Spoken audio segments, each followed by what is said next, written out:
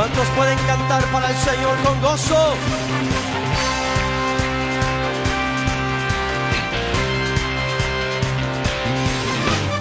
Yo cantaré en la presencia del Señor con gozo y me gozaré, en la casa de Adonai danzaré. Yo cantaré en la presencia del Señor con gozo. Y si bajamos las edades, por ejemplo, entre 12, y fíjense, es algo triste, ¿no? De que a los 12 años muchos jovencitos ya estén con esta mentalidad, a los 25 años, este grupo está peor. Porque este grupo en realidad desechan toda noción de Dios y desechan cualquier cosa que se pueda hablar de Dios. Segunda de Timoteo capítulo 3. Y dice así: también debes de saber esto, que en los postreros días vendrán tiempos peligrosos, porque habrá hombres amadores de sí mismos, ávaros, vanagloriosos, soberbios, blasfemos, desobedientes a los padres, ingratos, impíos, sin afecto natural, implacables, calumniadores, intemperantes, crueles, aborrecedores de lo bueno, traidores, impetuosos, infatuados, amadores de los deleites más que de Dios, que tendrán apariencia de piedad, pero negarán la eficacia de ella. A estos evita. Habíamos empezado a estudiar un nuevo tema, es un mundo en crisis. Y el mundo en el cual estamos viviendo es un mundo que se encuentra en grandes, no tan solo peligros, en grandes cosas que está sucediendo, pero hay una crisis mundial, y me refiero, cuando hablo de una crisis mundial, me refiero de toda la humanidad, porque esta crisis, si no reaccionamos, si no nos ponemos en paz para con Dios, el resultado va a ser como lo mirábamos y lo leíamos ahí en Apocalipsis, una condenación eterna. Entonces, dentro de esta crisis, va a haber varios grupos o va a haber varias cosas en cómo cada uno de nosotros reaccionamos. Por ejemplo, hay aquellos que por ignorancia no deciden, porque dicen, bueno, a mí nunca nadie me dijo eso, yo nunca lo he sabido. Y cuando estamos hablando de estas grandes enfermedades, se nos exhorta, ¿no? Lávense las manos, protéjanse, si están tosiendo, no tosan así nomás, y muchas veces por ignorancia, ¿qué pasa? Hacemos todo lo contrario. ¿Y qué es lo que sucede? Bueno, sabemos los resultados. Entonces, hay un grupo muy grande que por ignorancia dicen, bueno, yo no sé nada. Así es de que, ¿cómo puedo yo decidir sobre algo si no sé nada? Hay otro grupo que son incrédulos. Se nos dicen las cosas y dicen, no, eso a mí nunca me va a pasar, ¿no? Y nomás no creen a lo que se les está diciendo. Y también está un tercer grupo, que son los procrastinadores, que dicen, mañana lo hago. Mañana, porque todavía hay tiempo, así es de que mañana lo hago. Ahora, el mundo en el cual nosotros estamos viviendo es un mundo que está en una crisis tremenda. Y pudiéramos hablar rápidamente, por ejemplo, de las enfermedades, de todo lo que está sucediendo, para que tengamos una idea de un tipo de crisis en el cual estamos viviendo. Por ejemplo, ¿cuándo se convierte algo en una epidemia? Una enfermedad, ¿cuándo se convierte en una epidemia? Y normalmente depende del país donde estamos, depende de la organización la cual está dando el reporte, pero muchos de ellos tienen que mirar primero o tal número de enfermos o tal número de muertos para decir, bueno, ahora sí estamos en problemas y es una epidemia. Después de la epidemia, si no se puede controlar eso, viene un brote epidémico donde ya no es un grupito pequeñito, sino ahorita ya creció un poco más. Y cuando eso no se ha podido controlar, viene entonces una pandemia. Y pues una pandemia donde ya va cruzando las fronteras.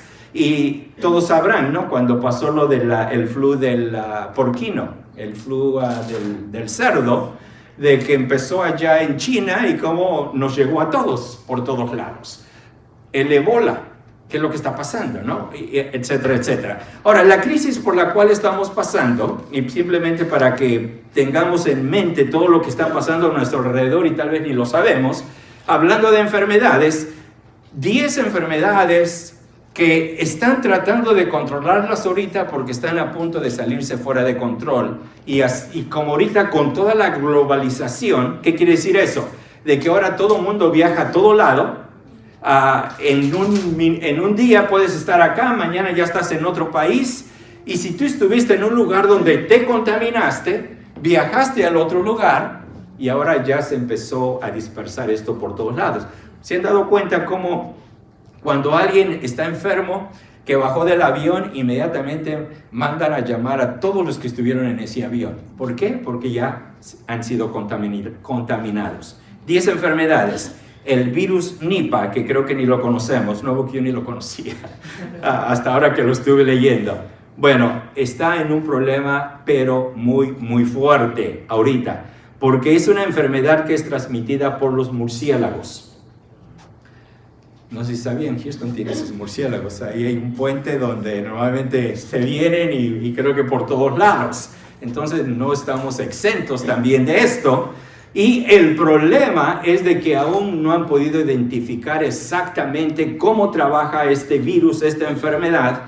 Y principalmente en Asia está habiendo una contaminación pero tremenda con esto. Y los doctores están pero muy preocupados porque no saben cómo pararlo o cómo resolver este problema. La segunda es la fiebre hemorrágica de Crimea y de Congo. Esta creo que la hemos escuchado, ¿no? Es algo tremendo, algo horrible porque mueren desangrados y no hay forma de pararlo, sino que es una muerte horrible. Y esto es simplemente para que sepan, esto es ocasionado por las garrapatas. Y garrapatas hay en todo lugar. Salgan a su patio y posiblemente las tienen ahí. Mucho cuidado. El virus del ébola.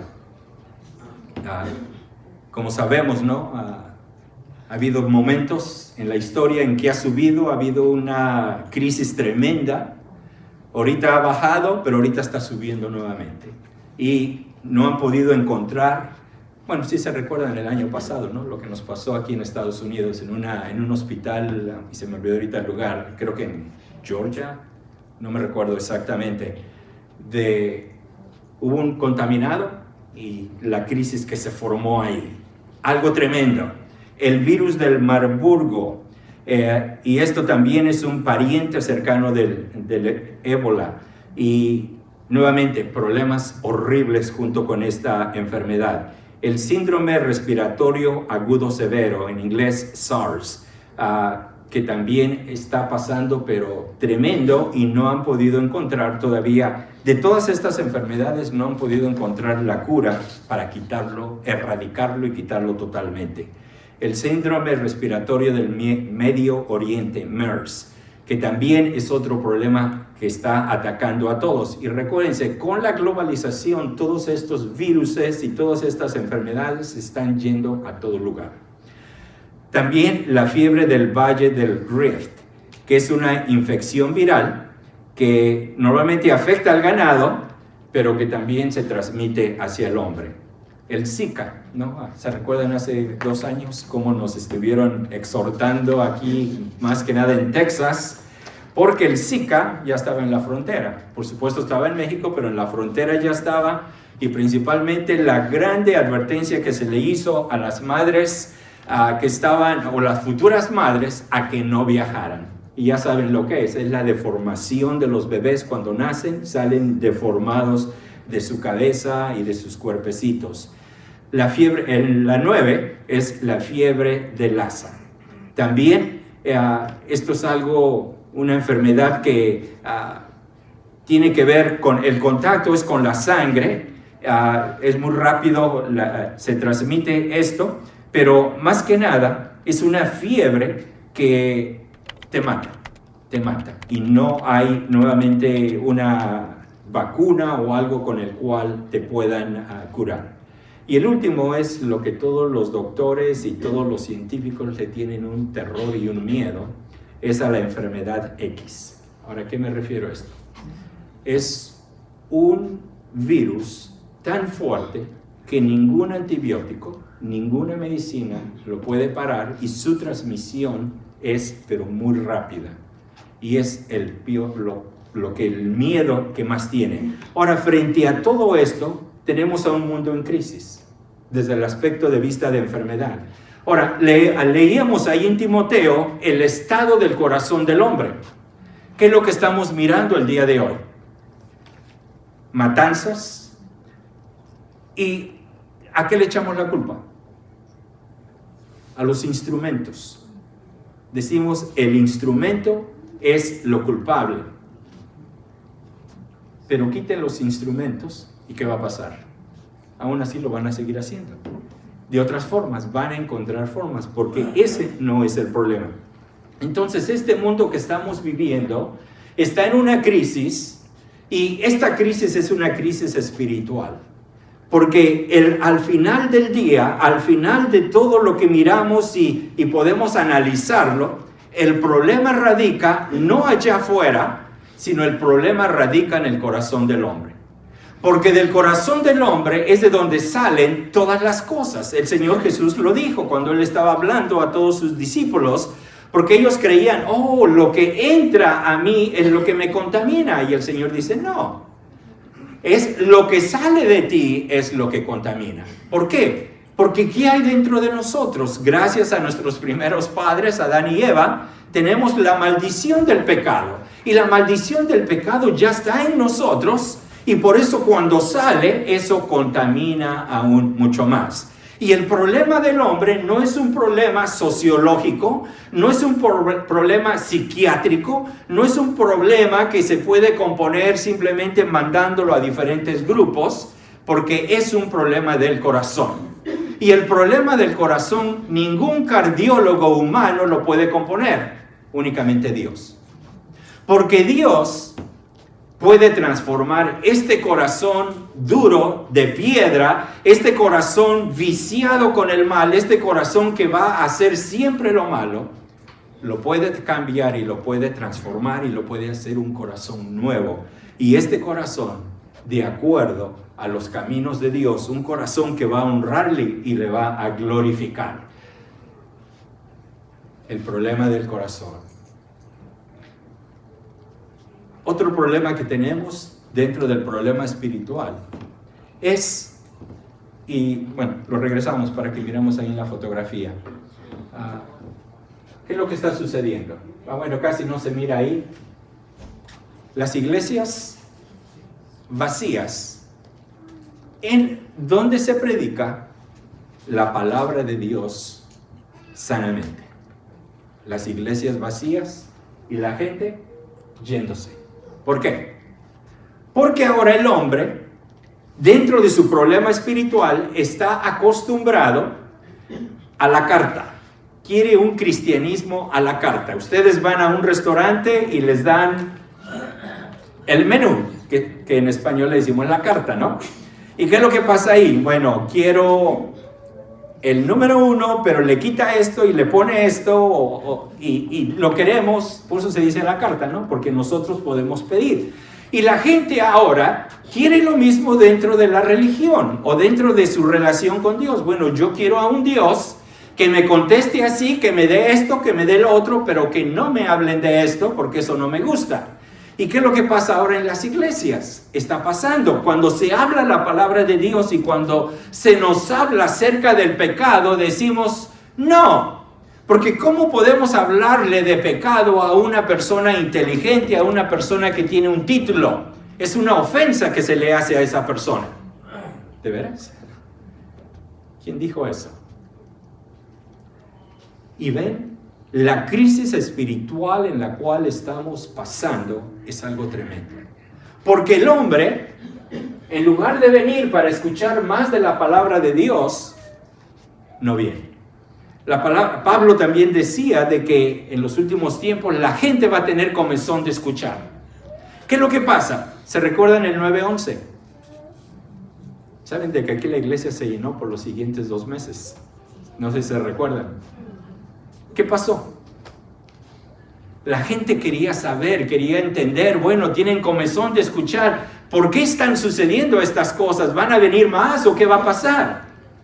Una vez de que satisfacieron esa comezón de oír, ¿dónde están? El hombre quiere un cristianismo, quiere una relación personal con Dios de acuerdo a su forma, de acuerdo a como Él quiere. ¿Y qué es lo que pasa ahora en la actualidad? El ejemplo aquí de Pedro.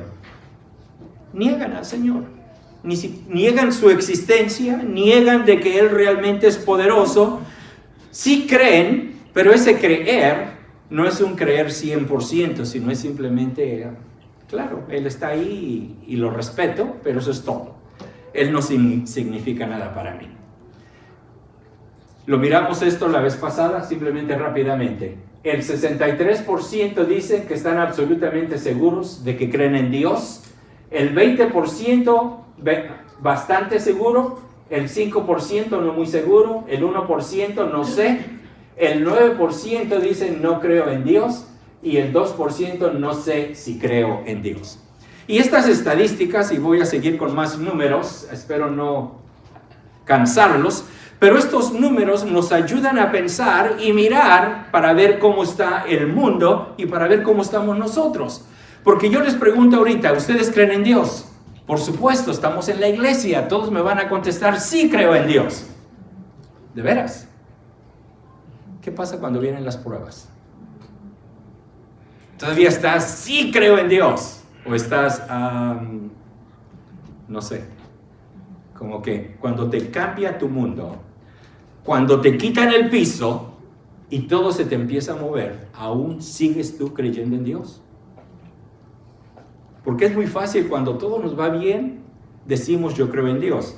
Estas estadísticas que miramos, es como si les llaman ahorita a ustedes a su casa. Señor fulano de tal, señora fulano de tal, ¿usted cree en Dios? ¿Qué vamos a contestar? Claro, yo creo en Dios porque todo me está yendo bien, no tengo problemas, yo creo en Él. ¿Cuál es el porcentaje de personas que creen en Dios? El 62% de la población se define como religiosa. Y fíjense, como religiosa, creen en algo, creen en un poder superior.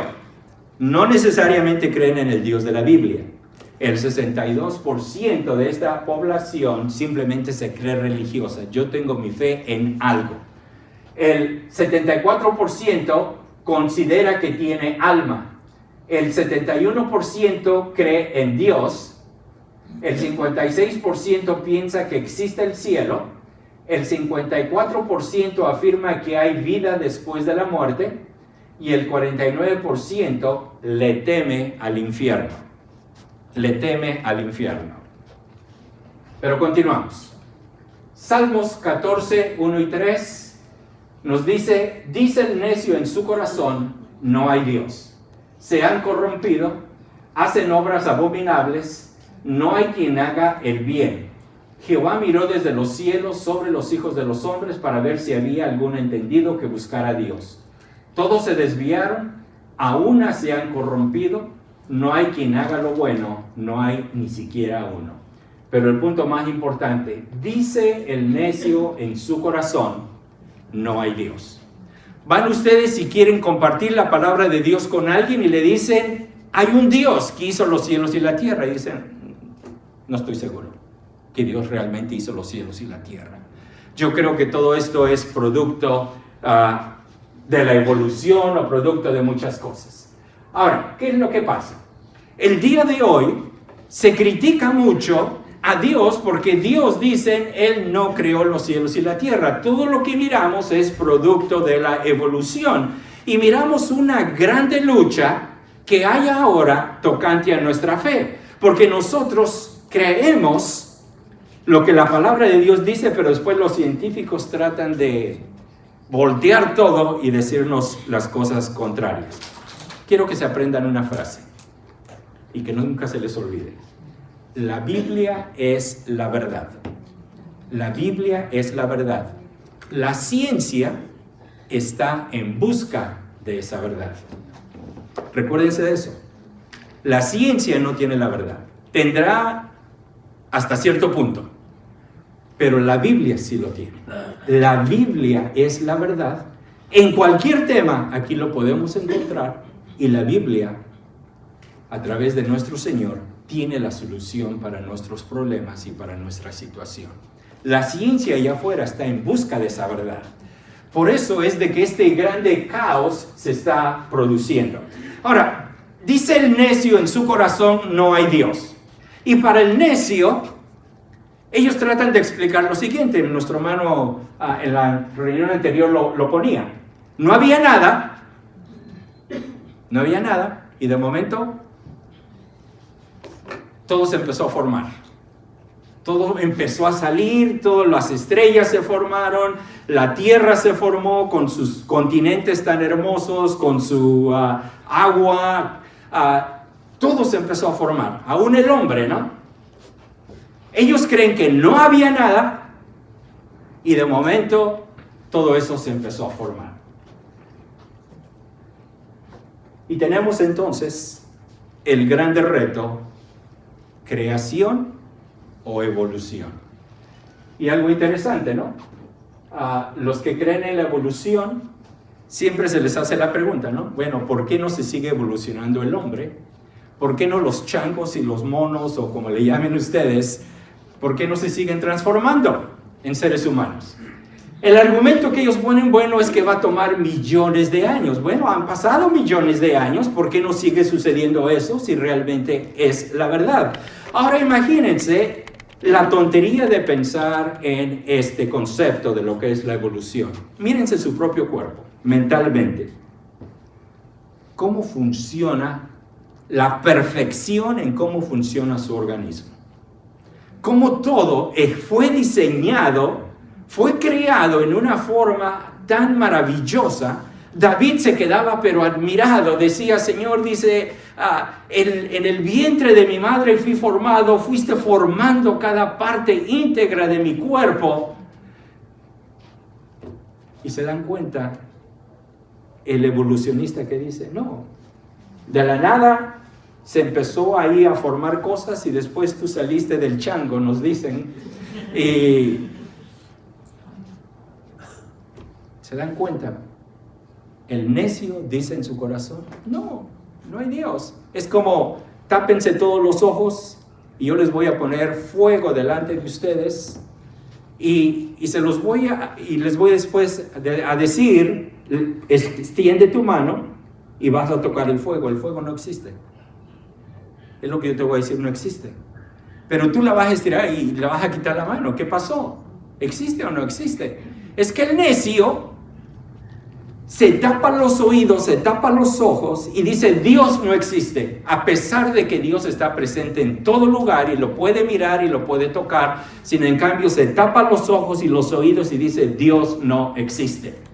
¿Por qué? Porque el necio no quiere tener esa responsabilidad frente a su Creador de tener que decidir ahora, yo estoy mal y necesito pedirte perdón. Porque él quiere seguir viviendo en su propio pecado, quiere seguir viviendo en su propia vida, quiere seguir haciendo lo que él quiere y por eso no necesita a Dios, porque Dios es un estorbo para él. Por eso la palabra de Dios dice, el necio dice en su corazón, Dios no existe, Dios no vive y Dios no es real. Y tristemente, ¿saben qué? Nosotros como creyentes caemos muchas veces en el mismo lugar. Porque en lugar de estar viviendo vidas de victoria, vidas donde vamos avanzando en nuestro caminar para con el Señor, ¿saben qué? Estamos estáticos, nos hemos quedado parados. Porque ya no miramos a nuestro Señor claramente, lo miramos todo muy perplejo y ya no podemos seguir adelante. Muchos, al contrario, hasta hemos empezado a caminar hacia atrás, dejando las verdades bíblicas que hemos aprendido. Tengamos mucho cuidado, queridos hermanos, porque el enemigo quiere destruirnos, pero también la carne no quiere que nosotros rindamos nuestras vidas para que nuestro Señor sea el Dios soberano. Él quiere ser soberano en tu vida. ¿Qué quiere decir eso? Que Él tenga el control de tu vida y de tu corazón y de todo tu ser.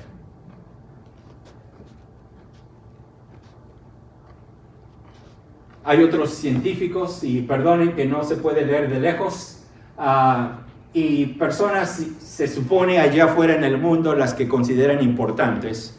Fíjense lo que han dicho. Dice: Dios ha muerto.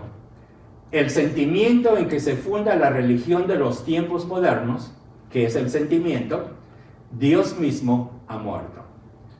Esto lo dijo Hegel. Dios mismo no es otra cosa que la esencia de la fantasía o de la imaginación del hombre. Feuerbach. Y estos filósofos, muchos de ellos, son de los libros que más se estudian en las universidades. ¿Y saben qué es lo que te dicen en filosofía? De que en realidad Dios es el resultado de tu imaginación. Tú te lo imaginaste, tú mismo te creaste, y ellos después en filosofía, y dependiendo en qué escuela y qué grados tomas, aún hasta te enseñan de que tú mismo, basado en ejercicios y cosas que puedes hacer, tú mismo puedes llegar a ser ese Dios. Y por eso no necesitas a Dios. Ahora imagínense, nuestros jóvenes están en la universidad estudiando esto. ¿Cómo salen? ¿Más agarrados de Dios o más alejados de Dios? Algo interesante que no les dije dentro de las figuras.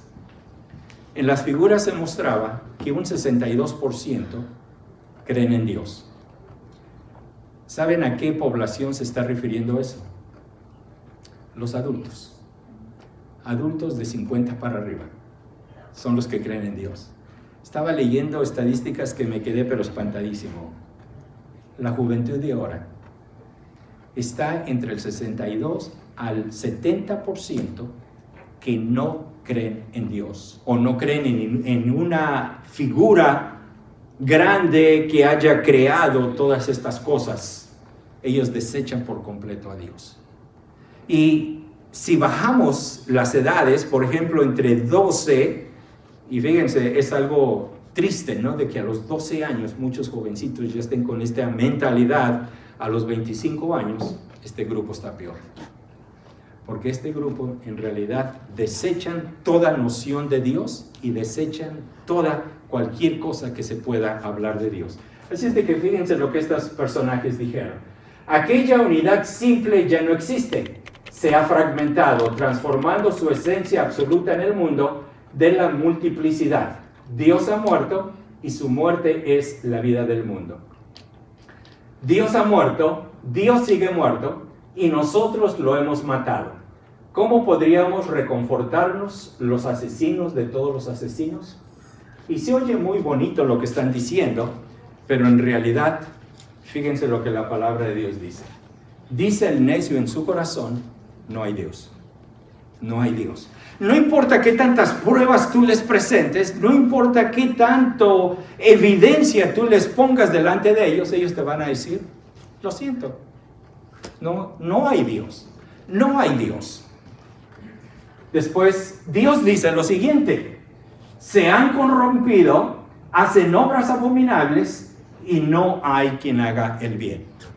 El hombre por un lado dice: no hay Dios, y Dios por el otro lado dice: toda la humanidad se ha corrompido. Todos.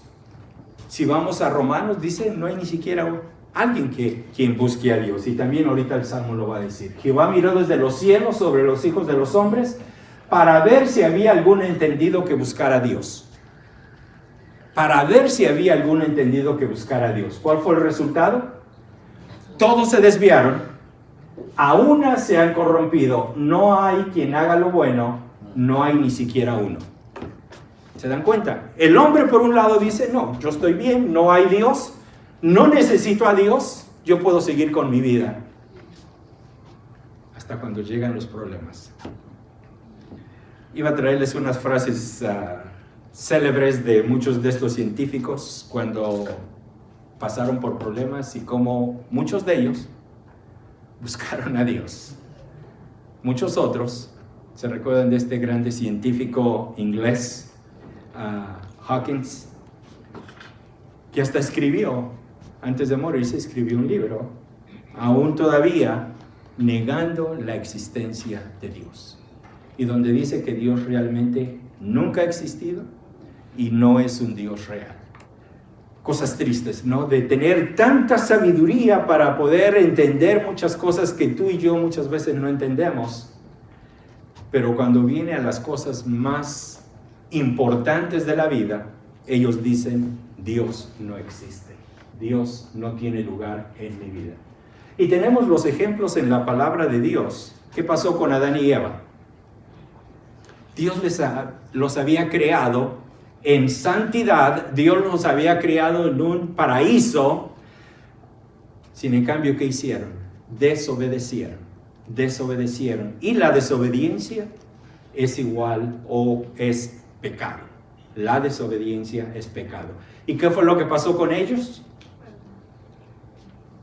Se espantaron, se asustaron cuando Dios los estaba buscando. ¿Y qué fue lo que hicieron? Se escondieron. Porque no querían confrontar a Dios, porque sabían de que Dios les iba a decir qué pasó.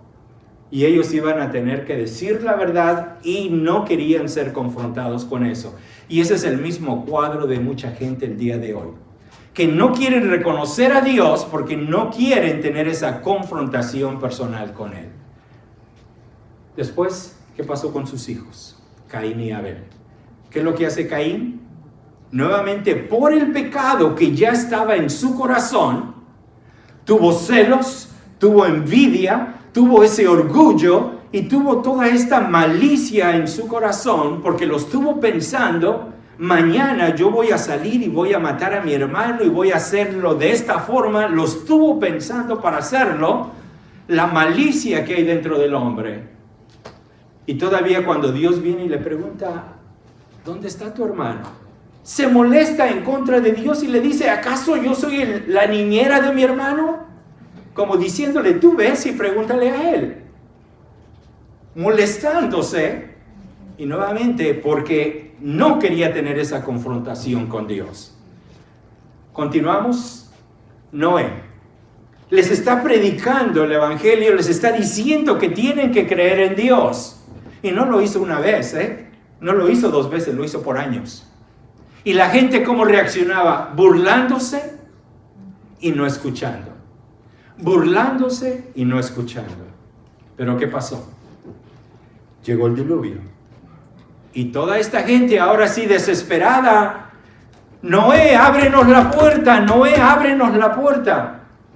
Pero Noé dice, lo siento, yo ni siquiera tengo las llaves para abrirla o cerrarla. Dios fue el que la cerró. Yo ni siquiera tengo ese poder. Y todos estos multitud que hace unos días estaban burlando, Noé, eso es una falsedad, eso no es cierto. Ahora se están muriendo ahogados por su misma decisión que ellos tomaron. Nadie los forzó a tomar esa decisión. Ellos ahora se están muriendo por esa decisión que ellos mismos tomaron. Romanos 3:23 dice, por cuanto todos pecaron y están destituidos de la gloria de Dios. Todos hemos pecado, todos. Después de que Adán y Eva pecó, a través de ellos se nos ha pasado la herencia del pecado a todos. Todos hemos nacido en pecado. ¿Y qué es el pecado? El pecado es infracción a las leyes de Dios. Es esa separación que ahora me separa de Dios. Porque mi pecado, por mi pecado yo no puedo acercarme a un Dios quien es santo. El pecado me separa, me aleja de Dios. Por más de que yo quisiera, nunca voy a poder por el pecado. Y por eso es de que la palabra de Dios dice, todos han pecado, todos, no hay ni siquiera uno justo. Dice, por eso mismo, están destituidos de la gloria de Dios. ¿Sabes lo que hace el pecado? Causa muerte. El pecado causa no tan solo la separación, pero causa también una maldición eterna. Como mirábamos ahí en Apocalipsis. El pecado trae la muerte. El pecado trae la separación de Dios, pero también ¿dónde van a estar? En aquel lago de fuego, sufriendo por toda una eternidad. ¿Por qué? Por su propia decisión. Ellos decidieron decirle a Dios: Dios, no te necesito en mi vida. Dios, yo puedo seguir adelante, yo puedo hacer lo que yo quiero y no te necesito a ti. Y qué triste, qué tristeza realmente de que tuvieron la oportunidad, pero decidieron en su corazón no hacerlo. Pero también una lección para nosotros, queridos hermanos. Dios nos ha separado, nos ha apartado, hemos sido nuevas criaturas. Romanos nos dice de que ya el pecado no debe de morar en ninguno de nosotros, ya no debe de estar en nosotros. Pero entonces, ¿qué es lo que pasa? Como nos dice Santiago, vienen los pensamientos, y cuando viene el pensamiento, en lugar de pararlo, en lugar de decirle no, y en lugar de ponerme a leer la palabra de Dios y ponerme a estudiar, ¿qué es lo que hago con ese pensamiento? Porque me gustó. Y empiezo a entretener ese pensamiento. ¿Y después qué pasa? Y ahí Santiago nos va a poner la escalera que nos va a llevar a la separación de Dios. ¿Por qué? Porque primero ese pensamiento yo sigo ahí, no es tan malo, ¿no? Y entre más tiempo lo sigo examinando, es bueno además este pensamiento que tengo. Porque mi mente me está cambiando a mí para cambiar algo malo y ponerlo en algo bueno. ¿Y qué es lo que pasa al final? Como dice Santiago, bueno, vamos a ir bajando esa escalera, al final va a dar a luz donde yo voy a pecar, pero todo empezó en ese pensamiento, dio a luz y por supuesto vino el pecado, y el pecado es la separación ahora de yo con Dios. Queridos hermanos, guarda tu mente. Por eso Pablo nos exhorta: renovaos en vuestra mente. ¿Y qué quiere decir eso? Permitir, porque después lo va a decir en Efesios, permitir que seamos llenos del Espíritu Santo para que sea el Espíritu el que esté controlando nuestra mente y no sea yo. Porque yo en la carne voy a destruir esta vida que Dios ha salvado, pero Cristo, a través de su Espíritu, Él va a transformar esta vida para la gloria y la honra de Dios. Por eso, queridos hermanos, recordemos lo que Cristo ha tenido que sufrir para terminar con la maldición del pecado. ¿Y todo para qué? Para que yo ahora me esté gozando, me esté revolcando nuevamente en el pecado. Por eso el escritor de Hebreos decía: ¿qué más se puede hacer por alguien que ya sabe lo que no tiene que hacer, pero lo sigue haciendo? ¿Qué más se puede hacer? Y el escritor de Hebreos en 3 ocasiones lo va a estar diciendo: por eso horrenda cosa es caer en manos de este Dios vivo. Hermanos, hemos sido sacados de ese lugar, hemos sido transformados para ya no seguir viviendo en esa vida vieja. Tenemos que estar viviendo en esta vida nueva que va a honrar a Dios. El alma que pecare, esa morirá. Y esta es una de las realidades más grandes que hay. Sin en cambio el mundo se sigue tapando los ojos y los oídos, dicen: no, eso no me va a pasar a mí y yo voy a estar bien. Hay una nueva creencia, bueno, no es tan nueva, pero ahora que hay un grupo que creen en esto y está creciendo aún mucho más, dicen: Dios es amor. Y puesto que Dios es amor, yo puedo hacer todo lo que yo quiero. Total, cuando yo llegue al cielo, puesto que Dios es amor, Él me va a recibir y me va a dejar entrar en el cielo. Por eso va en contra de la palabra de Dios. Porque la palabra de Dios ciertamente dice: Dios es amor, pero también dice: Dios es justo.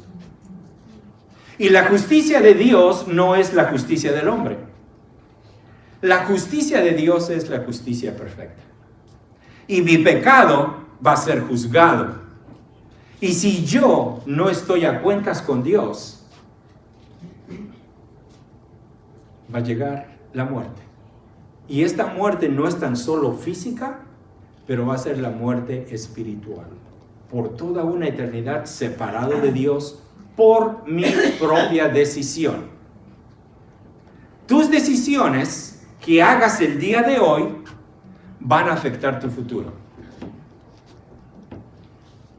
Todos salimos y todos nos vamos a ir a 80 millas por hora. ¿Cuál va a ser el resultado? Nos van a dar una infracción. Eso se va a ir a nuestro archivo. Después queremos tomar una posición, tal vez manejando en algún lugar. Van a mirar nuestro archivo, van a decir, lo sentimos mucho, pero no puedes. ¿Por qué? Y nosotros, pero es que yo manejo normal, yo manejo como todos los demás. Sí, pero mira cuántas infracciones tienes. Las decisiones que tomamos el día de hoy van a afectar nuestro futuro. Y por no poner más ejemplos, porque el tiempo me gana. Cualquier decisión que tú tomes el día de hoy va a afectar tu futuro. O para bien, o para mal. Si lo haces para honrar a Dios, basado en la palabra de Dios, por supuesto, esa decisión va a ser para bien. Pero si haces algo que va en contra de los principios de Dios, esa decisión te va a ir siguiendo toda la vida. Mucho cuidado, mucho cuidado. Por eso dice Ezequiel, el alma que pecare, esa morirá. Y me encanta, ¿no? Como pone la aclaración. Dice, el hijo no llevará el pecado del padre, ni el padre llevará el pecado del hijo. Porque todo es personal. Personal. Dios no me va a juzgar por lo que mis hijos hicieron. Dios me va a juzgar por lo que yo hice o por lo que no hice. ¿Se dan cuenta? Hebreos 9:27 dice, y de la manera que está establecido para los hombres, que mueran una sola vez, y después de esto el juicio. ¿Te das cuenta? La vida va a llegar a su momento cuando tú vas a morir. Y cuando tú mueras, va a llegar el momento cuando vas a tener que presentarte delante de Dios. ¿Y cómo te vas a presentar? ¿Qué le vas a decir? Porque la paga del pecado es muerte. Ahí, bueno, sí se puede mirar. Lo que el pecado te puede dar es únicamente la muerte. Si lo quieres, síguelo haciendo. Si eso es lo que tú deseas. Pero esto es lo que te decimos el día de hoy, porque es lo que la palabra de Dios te dice. Mas la dádiva de Dios es vida eterna en Cristo Jesús, Señor nuestro. Una decisión. ¿Quieres la muerte? Sigue con el pecado. ¿Quieres la vida? Acepta a Cristo.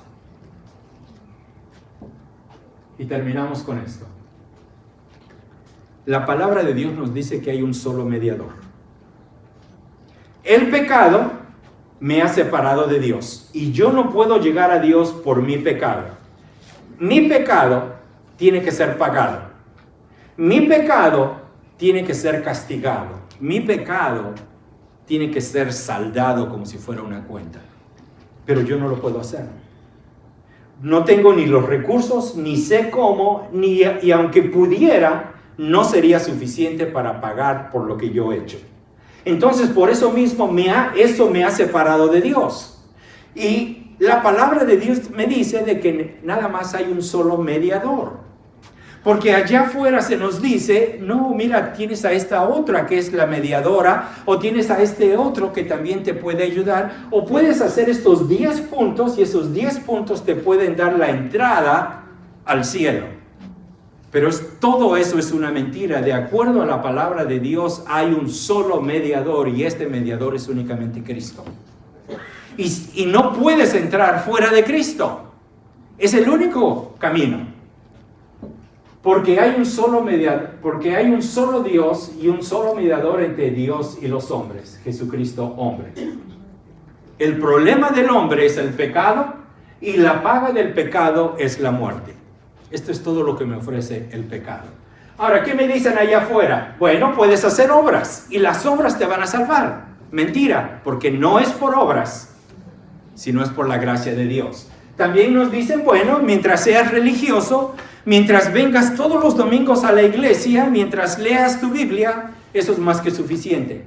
Esta es otra de las más grandes mentiras, porque no es eso. Es la relación y la comunión después de que hemos nosotros aceptado el perdón de Cristo, es lo que me hace entrar en el cielo. No es mi religiosidad de que yo oro todos los días y de que yo leo mi Biblia, porque eso lo puedo hacer rutinariamente y no realmente para Dios y no realmente para estar aprendiendo.